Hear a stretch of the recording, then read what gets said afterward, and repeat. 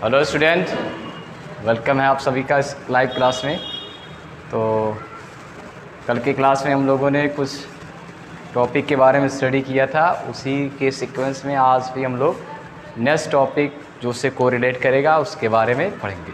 ठीक है, तो जैसा कि टॉपिक आपका चल रहा था मोड ऑफ या काइंड्स ऑफ पॉलिनेशन, और पॉलिनेशन में हमने कल के क्लास में आपको बता दिया था ऑटोगैमी के बारे में। और ऑटोगैमी में हम लोगों ने क्लिस्टोगैमस और चेस्मोगैमस फ्लावर के बारे में स्टडी कर लिया था, उनके बीच में डिफरेंसेस को भी हमने क्लियर किया था। तो आज उसी सीरीज में हम लोग चलेंगे काइंड ऑफ पॉलिनेशन में। क्या आज पढ़ेंगे? Next one kinds of pollination, remaining part जो बचा था आज उसका हम डिस्कशन करेंगे। सेकेंड पार्ट पर आज हम लोग आ चुके हैं।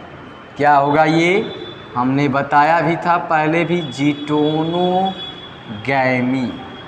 ठीक है ना, दूसरा जो टाइप था, सेकेंड टाइप ऑफ पॉलिनेशन को कहा गया था जिटोनोगैमी। तो जिटोनोगैमी में क्या होगा? पॉलिनेशन बहुत सिंपली आपको समझना है, पॉलिनेशन बिटवीन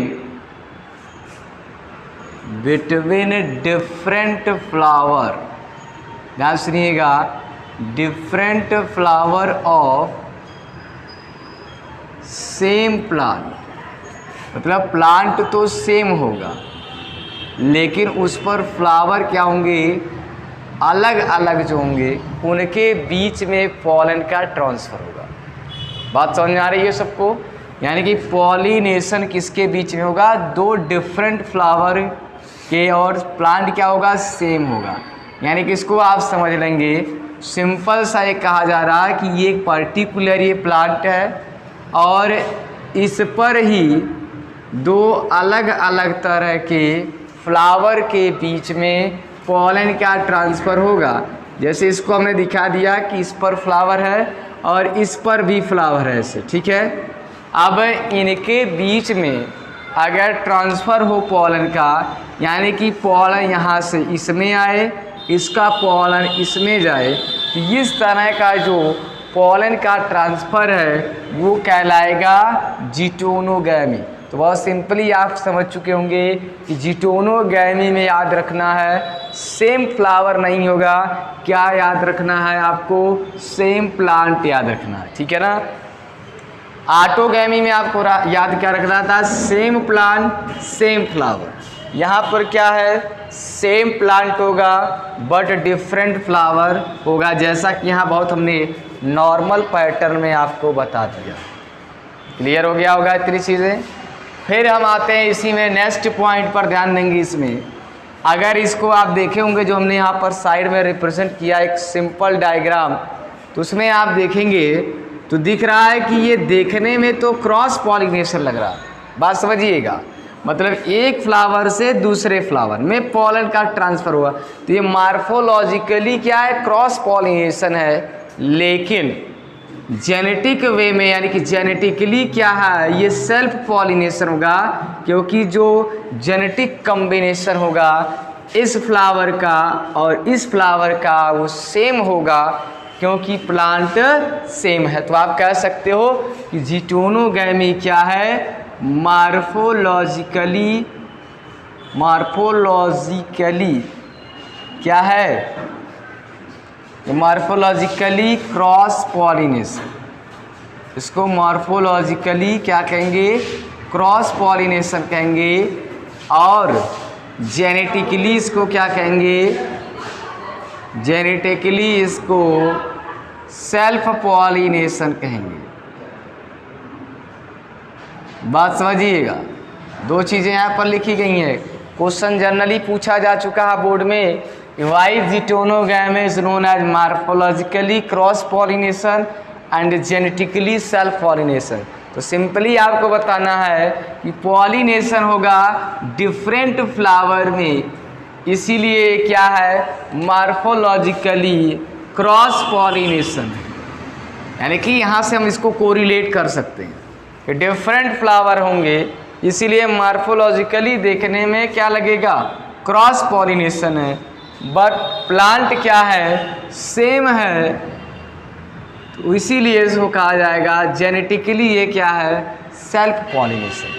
तो बात समझ में आ गई होगी। क्वेश्चन अगर आपसे पूछता है तो ऐसे ही आप इसको समझा सकते हैं या बता सकते हैं, ठीक है। फिर हम आ जाते हैं तीसरे पॉइंट पर, ध्यान देंगे तीसरे टाइप्स पर आते हैं जिसको हम कहते हैं जीनोगैमी। हमने शुरू में ही आपको बताया था कि अगर एक पॉलिनेशन का टाइप आपको समझ में आया है तो दूसरे को भी हम बहुत आसानी से समझेंगे कुछ डिफरेंस को देख करके, ठीक है। तो जीनोगैमी किसे कहेंगे, उसको सीखते हैं जिटोनोगैमी से। जिटोनोगैमी में कहा गया different flower same plant, but क्या होगा, हम इसमें आ जाएंगे तो इसमें क्या कहा जाएगा, डिफरेंट फ्लावर होंगे और डिफरेंट प्लांट होंगे, लेकिन प्लांट का स्पीशीज सेम होगा। बात समझिएगा। तो इसमें आप क्या लिखेंगे, simply pollination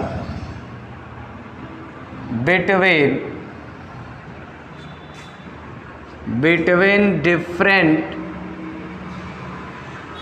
flower of different plant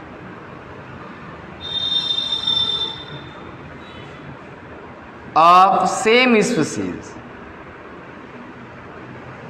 बात कुछ समझ में आ रही है, ये स्टेटमेंट ध्यान से, यानी कि जीनोगैमी हुआ पॉलिनेशन है जिसमें डिफरेंट फ्लावर के बीच में होगा और डिफरेंट फ्लावर डिफरेंट प्लांट पर प्रेजेंट होंगे। यानी कि सिंपली आप इसको रिप्रेजेंटेशन के थ्रू समझें कि ये प्लांट ए है और दूसरा प्लांट हमने लिया है कि ये बी है। एक प्लांट क्या है, ए है और बी है, बट दोनों का क्या होगा, स्पीशीज सेम होगा। ध्यान दीजिएगा, स्पीशीज इसका हम क्या कर देंगे, सेम स्पीशीज होगा। जैसे मान लेते हैं मैंगो है अगर, तो मैंगो का एक प्लांट ये है, दूसरा प्लांट ये है, ठीक है।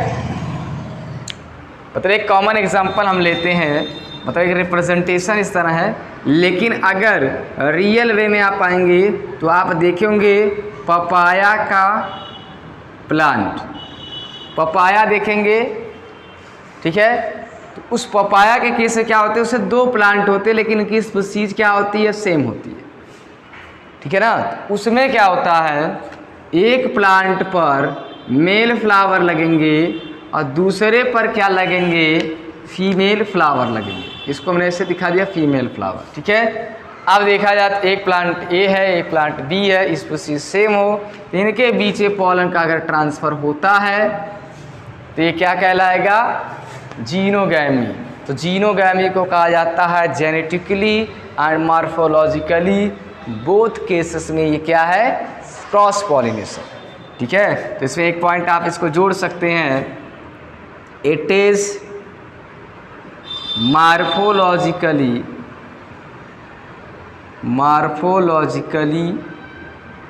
एंड जेनेटिकली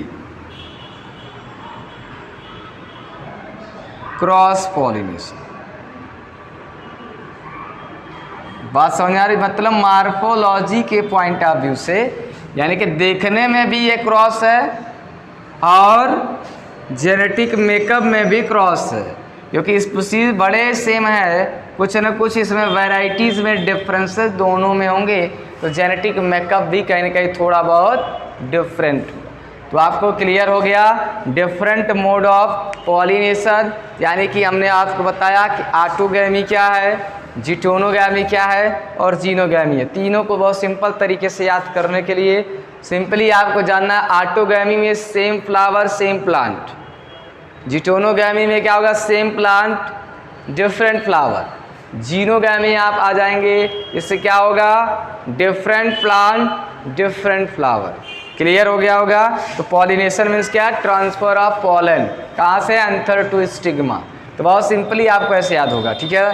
तो चलिए चलते हैं हम लोग आगे की तरफ। लगभग आप लोग नोट भी कर रही होंगे, बार बार बताया भी गया है कि आप साथ में भी नोट भी करते जाएंगे। तो लगभग कंटेंट पूरा हो चुका है। हम लोग चलते हैं नेक्स्ट टॉपिक पर, इसी से कोरिलेट करेगा, यानी कि इसी से कोरिलेट होगा agent of pollination. Kinds of pollination मैंने पढ़ लिया, पॉलन का ट्रांसफ़र कितने तरह से होता है। अब हम देखेंगे कि पॉलन कैसे आखिर स्टिग्मा पर पहुंचता है, वो कौन कौन से ऐसे एजेंट्स हैं। तो बात करते हैं क्या होगा, एजेंट्स ऑफ पॉलिनेशन।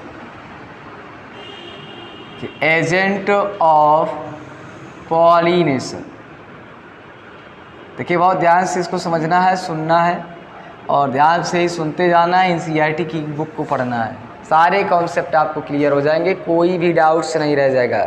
बस एक ही फार्मूला आपको अप्लाई करना है, कंटिन्यूअसली नंबर ऑफ टाइम क्या करना है, टॉपिक को रिवाइज करना है, पढ़ना है, ठीक है, बिना थके बिना रुके। तो चलिए चलते हैं हम लोग नेक्स्ट टॉपिक पर, एजेंट ऑफ पॉलिनेशन। तो सिंपली एजेंट ऑफ पॉलिनेशन मतलब ऐसे एजेंट जो पॉलिनेशन को करते होंगे, पॉलन को ट्रांसफ़र करते होंगे, वही कहीं ना कहीं एजेंट ऑफ पॉलिनेशन कहलाते हैं। इनको दो कैटेगरी में बांट दिया गया कि जो पॉलन का ट्रांसफ़र होता है वो दो अलग अलग ग्रुप ऑफ एजेंट्स के थ्रू होगा, जिसमें एक ग्रुप होगा जिसको हम कहेंगे एबायोटिक एजेंट। ध्यान दीजिएगा, एक क्या है, एबायोटिक एजेंट्स, दूसरा क्या होगा, बायोटिक एजेंट। मतलब ऐसे कुछ होंगे एजेंट जो पॉलन का ट्रांसफ़र करेंगे, वो बायोटिक एजेंट, और एक क्या है, एबायोटिक एजेंट। तो ध्यान दीजिएगा, एबायोटिक एजेंट का मतलब होगा नॉन लिविंग कंपोनेंट, ठीक है, नॉन लिविंग एजेंट। जैसे एग्जांपल में इसमें आप लेंगे वाटर है और क्या विंड है, वाटर और विंड के थ्रू अगर पॉलिनेशन होता है तो ये दोनों क्या एक तरह के एबायोटिक एजेंट है जो पॉलन को एक से दूसरे जगह पर यानी कि स्टिग्मा पर पहुंचाते हैं, ठीक है ना।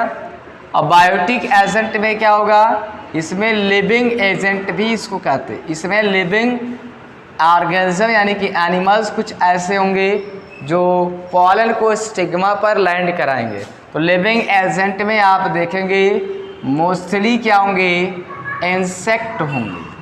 इसके अलावा भी आप देखेंगे तो कुछ बर्ड्स हैं, बैट है, ठीक है, बैट हैं, बर्ड्स हैं, एटसेट्रा।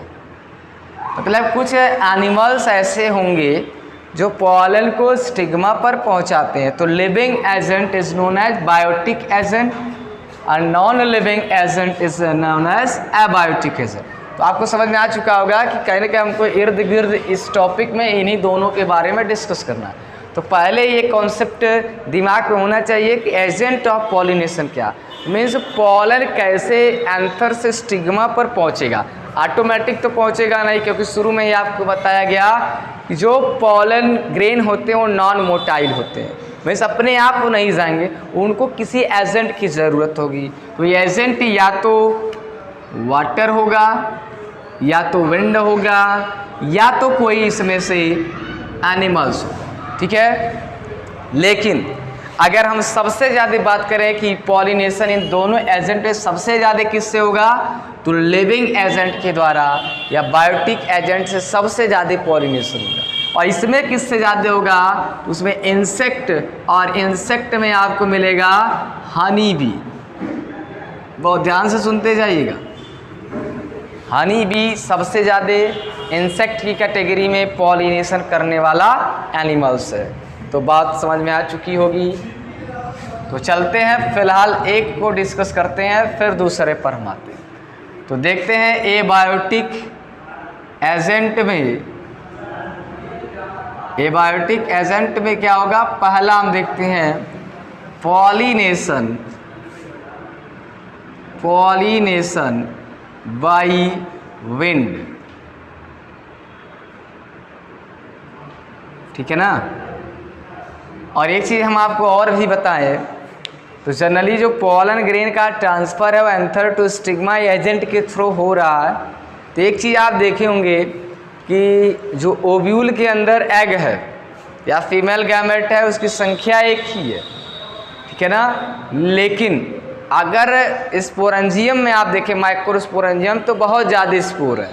इसका मतलब ये है कि 100% पॉलिनेशन हो।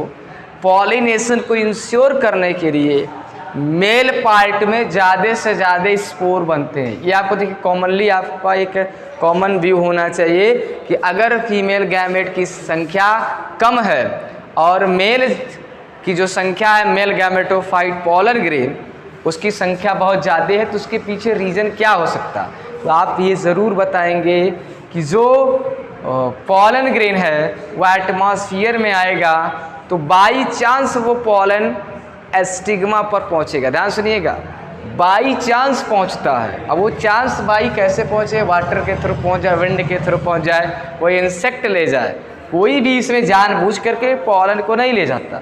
तो बाई चांस पॉलन वहाँ पर लैंड हो जाए, तो इसलिए बाई चांस तभी होगा जब पॉलन की संख्या बहुत ज़्यादा होगी। अब आप इमेजिन करो कि अगर पॉलन ग्रेन एक ही हो, एक ही एग है, तो पॉलन ग्रेन की ज़रूरत तो एक ही की होनी चाहिए, और एक ही अगर बना तो बहुत कम चांस होगा कि वह स्टिग्मा पर पहुंचेगा। तो इसी को कंपनसेट करने के लिए, माइनस करने के लिए जो पॉलन ग्रेन की संख्या होगी वह ओव्यूल के कंपैरिजन में या एग के कंपैरिजन में ज़्यादा होगा। अगर आपसे कोई जनरली पूछा तो इस तरह का आंसर आप जरूर देंगे। ठीक है, तो देखते हैं पॉलिनेशन जो विंड के थ्रू हो रहा है उसमें कैसे होगा और क्या कैरेक्टर होंगे उस फ्लावर में। ठीक है ना, तो लिखा है पॉलिनेशन बाय विंड। तो ठीक है, तो बहुत सिंपल है कि विंड के थ्रू पॉलिनेशन हो रहा, विंड के थ्रू पॉलिनेशन है तो उसको हम विंड पॉलिनेटेड प्लांट और फ्लावर कहेंगे। आप देखेंगे कुछ ऐसे कैरेक्टर होंगे, some characters are found in a wind pollinated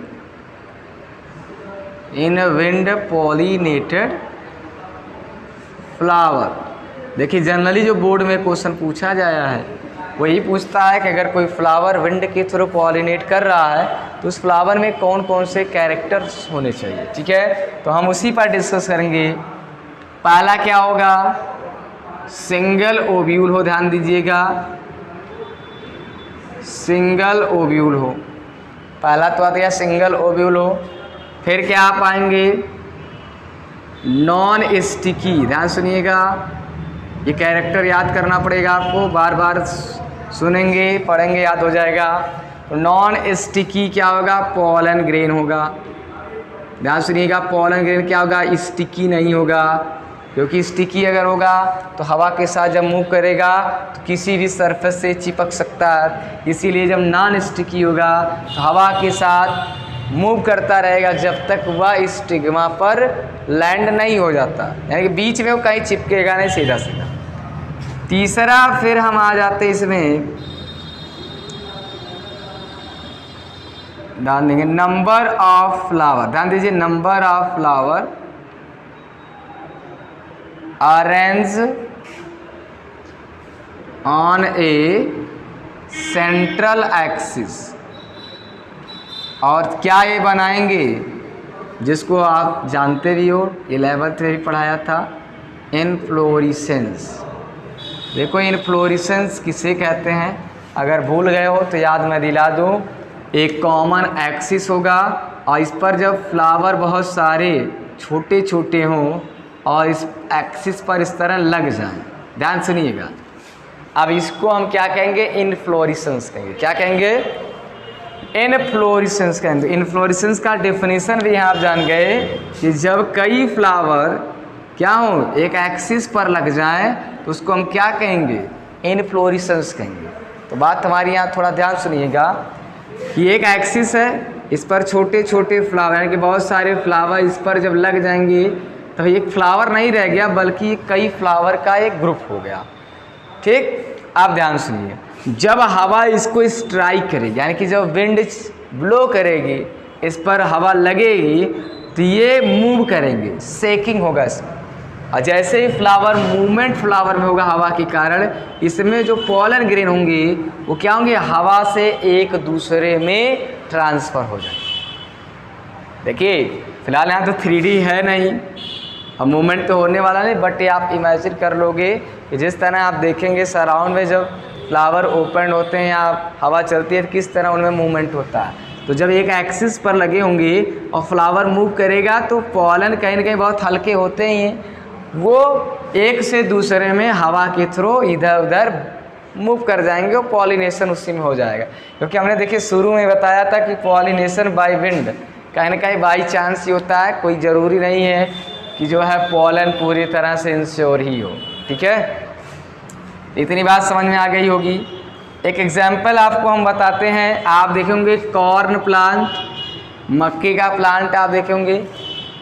ठीक है, उसके फ्लावर से आप देखेंगे कुछ ऐसे हेयर लाइक स्ट्रक्चर निकले रहते हैं, ध्यान सुनिएगा।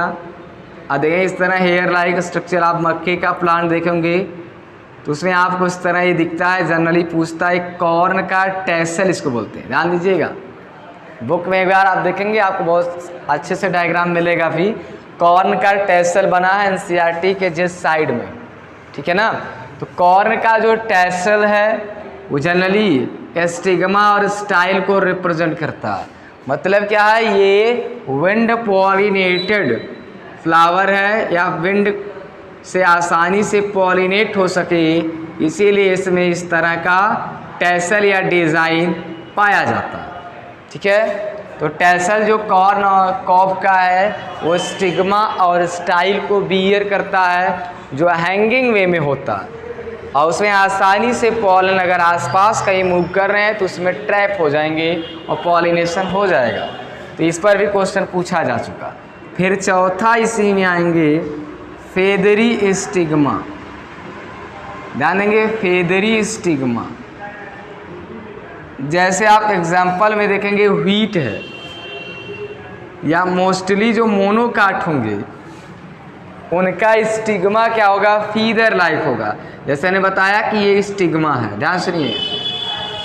ऊपर वाला टॉप पार्ट क्या स्टिग्मा है, तो स्टिग्मा जो है जो विंड पॉलिनेटेड फ्लावर होंगे उनका स्टिग्मा फाइन हेयर जैसा स्ट्रक्चर बियर करता है, इसी को कहते हैं फेदरी स्टिग्मा। इसको क्या कहेंगे, फीदर लाइक स्टिग्मा है।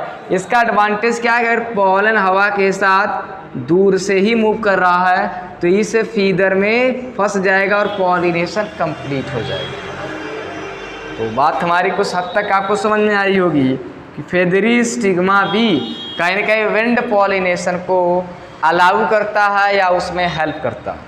बात समझ आ गई। एग्जाम्पल भी हमने आपको दे दिया कि फेदरी स्टिग्मा किस में पाया जाएगा। नेक्स्ट वन अलग से लिखेंगे विंड पॉलिनेशन, ध्यान देंगे विंड पॉलिनेशन क्या होगा, कॉमन होगा किस में, ग्रासेस में। देखिए ग्रासेस में क्या होगा, ये बहुत कॉमन है। ग्रासेस का मतलब आप घास केवल मत समझिएगा, मीन्स ग्रुप ऑफ प्लांट है मोनोकॉट। मोनोकॉटिलिडेंस में जो विंड पॉलिनेशन है वो बहुत कॉमन है, क्योंकि इसमें ऐसे कुछ डिज़ाइन जैसे फेदरी स्टिग्मा है, कॉर्न कॉब में आप जा जाएंगे, मक्के में आप आ जाएंगे तो वहाँ टैसल है, कुछ ऐसे उसके पास डिज़ाइन है जिसके कारण आसानी से विंड पॉलिनेट कर सकता है, यानी कि विंड के थ्रू पॉलन दूसरे जगह पर पहुँच सकते हैं। तो आपको समझ में आ गया होगा कि विंड के थ्रू पॉलिनेशन कैसे होगा। क्लियर है ना सबको। तो देखिए बहुत ही स्मूथली हम लोग चल रहे हैं, बहुत जल्दी नहीं है, धीरे धीरे पढ़ रहे हैं और चीज़ों को समझेंगे भी। ठीक है, तो आगे चलते हैं नेक्स्ट पार्ट पर कि वाटर के थ्रू देख लेते हैं कि वाटर के थ्रू भी क्या पॉलिनेशन कुछ में होता है, तो उस पर भी डिस्कस करते हैं।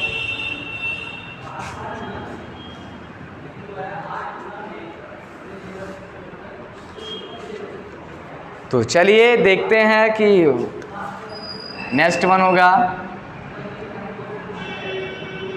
पॉलिनेशन बाई वाटर, वाटर के थ्रू पॉलिनेशन। बात समझिएगा, कहना कुछ है यहाँ पर सिंपल सा, पॉलन का ट्रांसफ़र वाटर के थ्रू। ये क्या होगा, रेयर होगा। पहला तो ये ध्यान रखना है कि रेयर होगा, बहुत कम केस में होगा। अप्रॉक्स लिख देंगे 30 जेनेरा ऑफ मोनोकाट। मोनोकाट जो ग्रुप ऑफ प्लांट्स है उसके मोस्टली 30 जीनस या जेनेरा में ये इस तरह का पॉलन का ट्रांसफ़र होगा, ठीक है। और अगर आप देखें ट्रांसफ़र ऑफ गैमीट की अगर हम बात करें, ट्रांसफ़र ऑफ गैमीट किसमें, एना एल्गी टू टेरिडोफाइट, ये सब पढ़े होंगे आप 11th में, टेरिडोफाइट।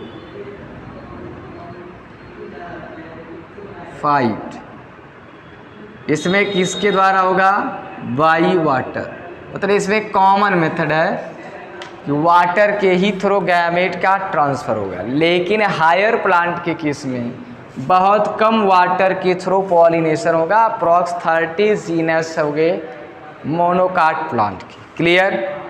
अगला आते हैं, नेक्स्ट वन आते हैं, इसी में कोई ज़रूरी नहीं है, मीन्स ऑल एक्वेटिक प्लांट, आप कह सकते हैं all aquatic plant not follow wind pollination, sorry water pollination.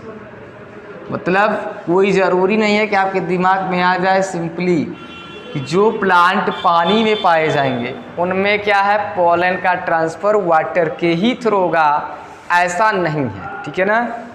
ऐसा क्या नहीं है कि सारे एक्वेटिक प्लांट में वाटर पॉलिनेशन हो, ये पॉसिबल नहीं है। जैसे एग्जांपल में आप दिखेंगे वाटर हाइकिंथ, वाटर हाइकिंथ का साइंटिफिक नेम आइकॉर्निया है, जिसको नॉर्मली हम जलकुंभी कहते हैं। आइकॉर्निया क्या एक जलकुंभी है, आप देखे भी होंगे। ये प्लांट जो है ये वाटर बॉडी में पाया जाता है, आप देखे होंगे। लेकिन इसका जो फ्लावर आप देखेंगे, ध्यान सुनिएगा, इसका फ्लावर आप देखेंगे आइकॉर्निया जलकुंभी का, वो इस तरह आपको सरफेस से बाहर दिखता। ध्यान सुनिएगा, मीन्स ये क्या एक्वेटिक प्लांट है, बट इसमें पॉलन का ट्रांसफ़र वाटर के थ्रू नहीं होगा। इसमें किसके थ्रू होगा, या तो विंड के थ्रू होगा या तो इंसेक्ट के थ्रू होगा। तो pollination generally all aquatic plants में वाटर के थ्रू नहीं होगा, ये आपको ध्यान रखना। अगर आपसे पूछा जाए क्यों ऐसा, तो एग्जांपल एक आप बताएंगे। जनरली जैसे वाटर हाइकिंथ है, ये पानी में रहता है, बट इसका जो फ्लावर है वो सरफेस पर बाहर है। तो पॉलिनेशन यहाँ पर विंड के थ्रू या तो इंसेक्ट के थ्रू ही होगा। तो जलकुंभी आप आसपास किसी पॉन्ड बॉडी को विजिट करेंगे तो वहाँ पर आपको मिल जाएगा, ठीक है। तो उसको आप देख सकते हैं। अब इसी पर एक क्वेश्चन आता है, ध्यान देंगे। एक प्लांट है वैलिसिनेरिया, ध्यान सुनिएगा, वैलिसिनेरिया।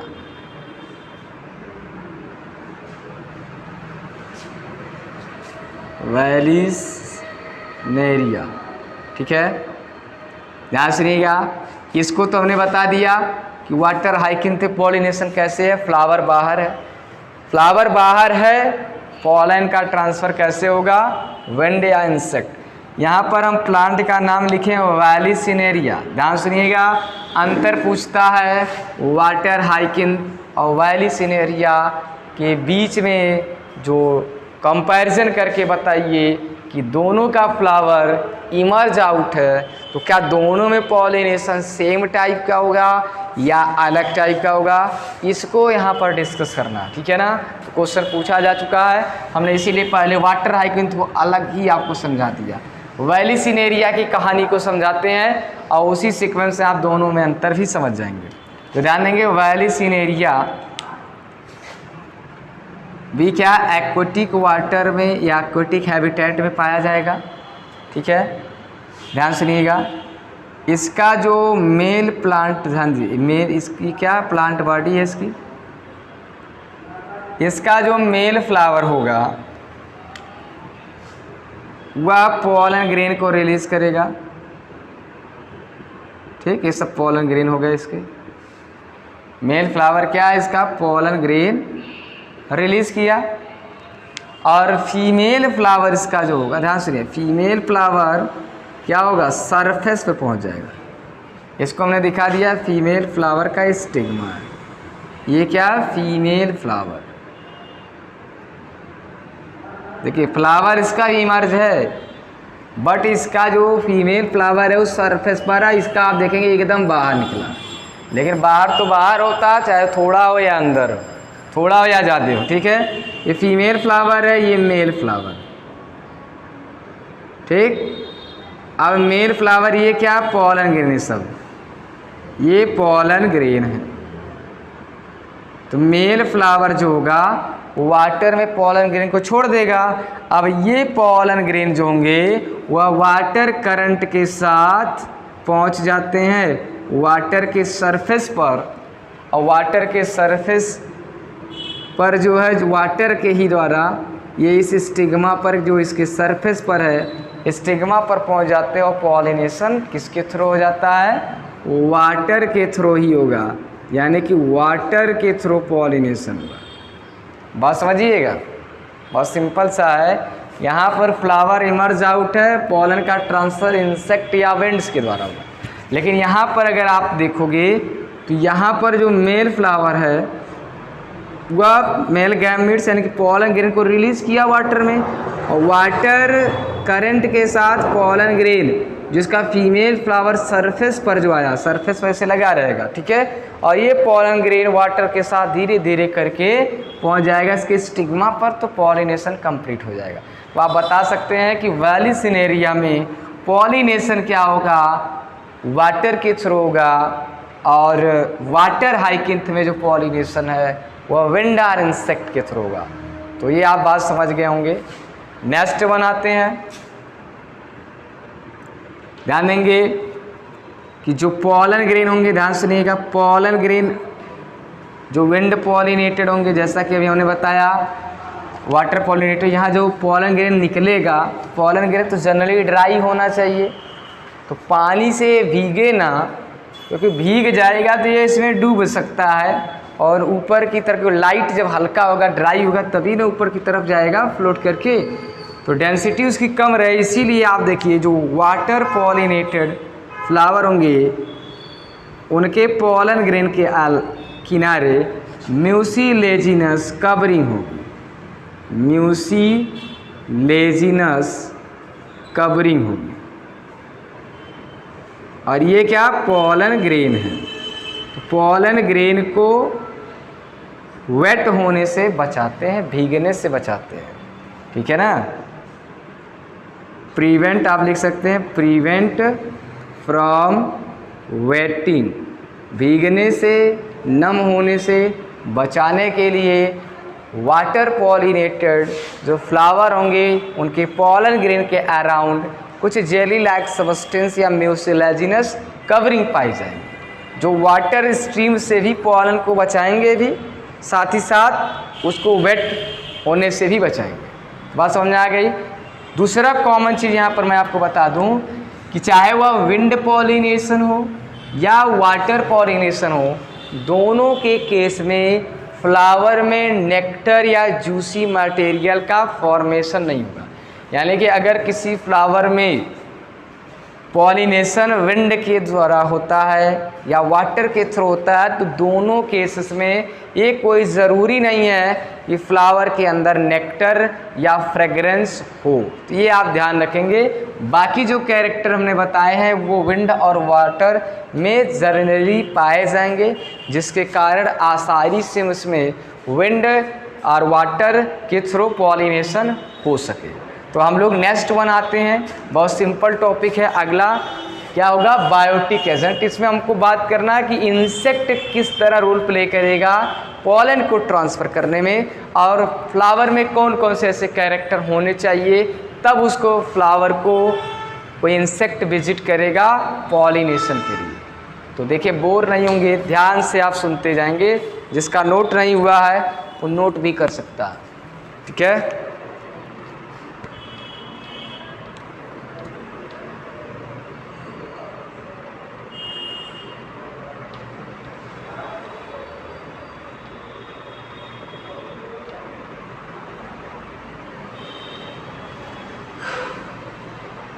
चलिए आगे हम लोग इसी में फिर बात करते हैं। बायोटिक एजेंट को भी आज ही देखते हैं।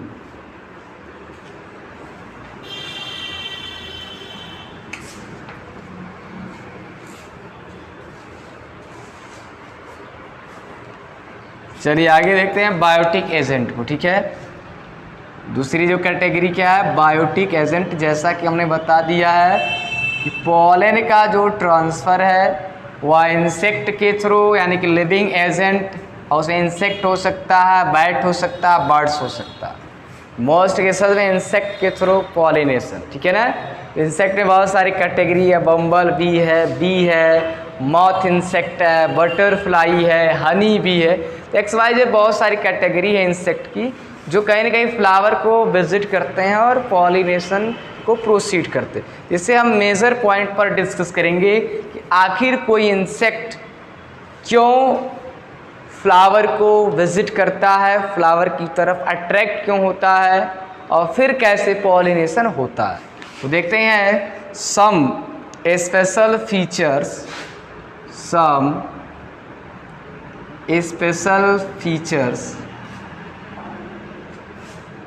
present in insect pollinated flower।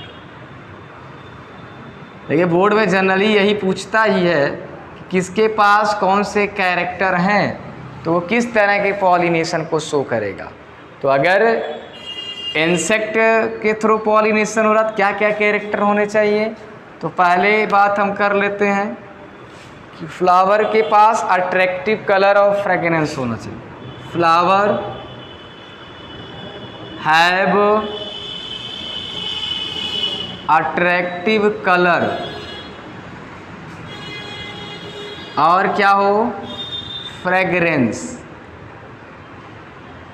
ध्यान सुनिएगा, फ्रेगरेंस भी क्या हो, आप देखेंगे बहुत अच्छा हो तो सिर्फ फ्लावर विजिट करता है उसको, और साथ ही साथ कोई स्पेसिफिक कलर भी हो तो आप उसको देखेंगे इंसेक्ट उसकी तरफ बहुत ज़्यादा अट्रैक्ट होता है। तो अट्रैक्शन के लिए attractive colour, different colour, fragrance, ये दो चीज़ें होनी चाहिए, तभी उस फ्लावर को इंसेक्ट विजिट करेगा। लाल, पीला, नीला आप देखेंगे अलग अलग के फ्लावर के कलर्स होंगे। आप देखेंगे उसकी महक या स्मेल बहुत तेज़ होता है तो फ्लावर की तरफ इंसेक्ट दूर दराज से भी घूमते हुए उसकी तरफ चला आएगा। ठीक है ना। तो चला आएगा तो क्या होगा, आप जानते हैं कि पॉलन का ट्रांसफ़र होगा। क्या होगा, पॉलन का ट्रांसफ़र होगा। पॉलन एक फ्लावर से दूसरे फ्लावर में, दूसरे का दूसरे में आता है। ठीक है, पहला हमने कैरेक्टर बता दिया। दूसरा है नेक्टर यहाँ प्रेजेंट होगा। अभी हमने बताया था कि अगर विंड पॉलिनेशन हो रहा तो नेक्टर की ज़रूरत है नहीं, क्योंकि नेक्टर का यूज़ कौन करेगा। ये सब नेचुरल सेटिंग है, कह सकते हैं कि नेक्टर प्रेजेंट होगा अगर इंसेक्ट के थ्रू फ्लावर का पॉलिनेशन है, क्योंकि अगर नेक्टर नहीं होगा तो फ्लावर को विजिट क्यों करेगा। फ्लावर नेक्टर के ही कारण, नेक्टर का मतलब आप समझ रहे हैं, जूसी मटेरियल या कह सकते हैं शुगर लाइक सब्सटेंस जो फ्लावर में प्रेजेंट है। आप बहुत ध्यान से देखोगे तो फ्लावर में इंसेक्ट किस तरह घुसा है पूरी तरह से, और तब तक उसमें से नहीं निकलता जब तक कुछ उसमें से ले नहीं लेता। बात समझिएगा। तो उसी तरह आप भी पढ़ने में इतना तेज़ी के साथ घुस जाइए, जब तक कुछ उसमें से निकाल न लीजिए तब तक मत आइए। लेकिन होता क्या है कि हम जैसे आए बायोटिक एजेंट पढ़े, थोड़ा सा पढ़े, उसके बाद अंदर जाएंगे नहीं, बाहर से ही लौट के भाग जाएंगे। ठीक है, तो ऐसा नहीं करना, तो बहुत ध्यान से सुनना है। तो नेक्टर देखेंगे, नेक्टर प्रेजेंट होना चाहिए। नेक्टर क्या है, जूसी मटेरियल है, इसी के लिए इंसेक्ट फ्लावर को विजिट करते हैं। दूसरी चीज़ आप देखेंगे यहाँ भी, तीसरा है इनफ्लोरेसेंस। देखिए अब इनफ्लोरेसेंस का डेफिनेशन तो लिखेंगे नहीं,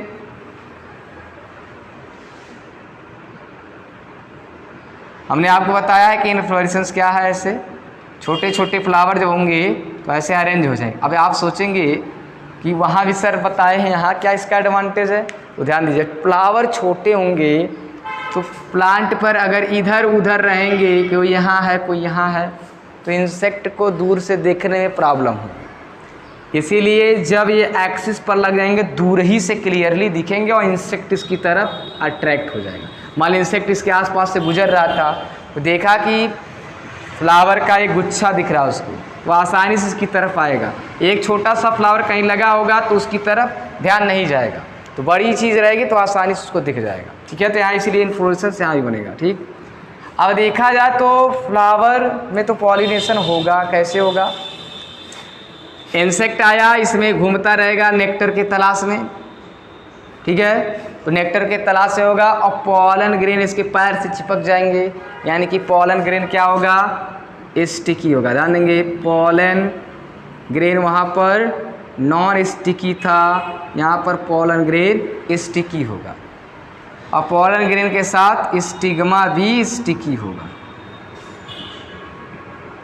मतलब इंसेक्ट जब इसमें घूमेगा किसके लिए? नेक्टर के लिए, तो उसके बॉडी में पॉलन ग्रेन चिपक जाएंगे, फिर वो दूसरे फ्लावर में जाएगा, वहाँ से पॉलन कहाँ चिपक जाएंगे? स्टिग्मा पे चिपक जाएंगे। जब स्टिग्मा साइड में जाएगा, जाहिर से घूमेगा तो स्टिग्मा साइड से भी तो कभी गुजरेगा ऐसे, तो स्टिग्मा स्टिकी है, पॉलन यहीं पर चिपक जाएंगे, तो पॉलिनेशन कंप्लीट हो जाएगा। बात समझ आए? तो कुछ ऐसे कैरेक्टरिस्टिक्स हैं जो फ्लावर में होते हैं, इंसेक्ट उसकी तरफ अट्रैक्ट होता है पॉलिनेशन के लिए। अब यहाँ पर ध्यान देना है आपको कि फ्लोरल रिवार्ड क्या है। मान लेते हैं कि प्लांट में तो पॉलन का ट्रांसफ़र हो गया, प्लांट को तो लाभ मिल गया, लेकिन जो इंसेक्ट है वो भी लाभ लेता है, तो फ्लोरल रिवार्ड उसको कहते हैं। फ्लोरल रिवार्ड क्या होता है? नेक्टर।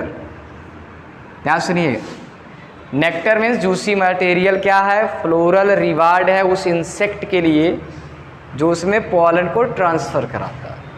बात समझिए, क्योंकि आज के डेट में रिवार्ड आज नया इवेंट नहीं है, पहले से भी चल रहा, आप यहाँ से भी सीख सकते हो किस तरह फ्लावर इंसेक्ट को कुछ रिवार्ड के फॉर्म में नेक्टर देता है और इंसेक्ट उसका काम क्या करता है? पॉलन को ट्रांसफ़र कर देता है। बात समझ में आ गई? आगे चल के देखा गया कुछ ऐसे भी केस स्टडी हुए कि जो फ्लोरल रिवार्ड है वो केवल नेक्टर ना हो करके क्या हो गया?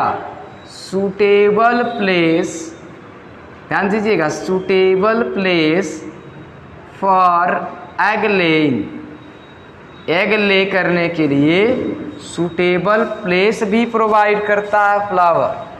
तो इसमें हम एग्जाम्पल भी पढ़ेंगे, 2 एग्जाम्पल आपको मिलेगा, जनरली नाम पूछा जाता है। तो पहला तो आप जानिए कि फ्लावर पॉलिनेशन कर रहा है तो उसको रिवार्ड जूस मिल गया, लेकिन देखा गया कुछ ऐसे भी इंसेक्ट हैं जो कुछ ऐसे फ्लावर में पॉलिनेशन करेंगे जो फ्लोरल रिवार्ड के फॉर्म में एग लेइंग प्लेस खोजते हैं या उनको एग के ले करने के लिए प्लेस मिलता। बस समझिए, इसमें एग्जाम्पल आप लेंगे, ध्यान सुनिएगा। टालेस्ट फ्लावर याद रख लेना किसका है? टालेस्ट फ्लावर है एमार्फोफाइलस।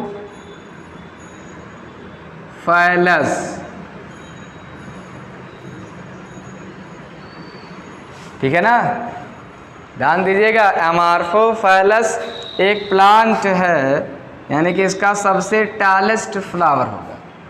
इंसेक्ट इसके फ्लावर में पॉलिनेशन करते हैं, वहाँ पर फ्लोरल रिवार्ड क्या है? एग लेइंग साइट को फाइंड करना। एग लेइंग साइट खोजते रहते हैं उसी में, और एक जगह मिल जाता है और एग लेइंग वो करते हैं, उनका फ्लोरल रिवार्ड हो गया। ठीक है, एक और एग्जाम्पल है, दूसरा हम एग्जाम्पल लिख रहे हैं, ध्यान दीजिएगा। दूसरा एग्जाम्पल होगा मॉथ इंसेक्ट। मॉथ इंसेक्ट है और एक्का प्लांट है। ध्यान सुनिएगा, बहुत एंड पर हम लोग पहुंच चुके हैं। तो मॉथ इंसेक्ट है और क्या है? एक प्लांट है जिसका नाम है एक्का प्लांट। तो देखिए, मॉथ इंसेक्ट जो है वह केवल एक्का प्लांट को ही चूज करता है एग लेइंग के लिए। तो एग लेइंग साइट इसका क्या होगा? एक्का प्लांट का जो ओवरी होगा। ध्यान से हम यहाँ डायग्राम थोड़ा आपको बना के समझा देते हैं। एक मॉथ इंसेक्ट आप समझ गए, एक्का प्लांट, इन दोनों में एसोसिएशन क्या है कि ये जो क्या नाम है, मॉथ इंसेक्ट वह इस एक्का प्लांट के ओवरी के अंदर जो चैम्बर ये बना है, इस चैम्बर को क्या कहते हैं? लॉक्यूल कहते हैं। ओवरी के चैम्बर, अब एक चैम्बर हो, दो चैम्बर हो, तीन चैम्बर हो, बट ओवरी के अंदर जो चैम्बर है उसको लॉक्यूल कहते हैं। तो ये क्या करता है? पूरे फ्लावर को विजिट करता है।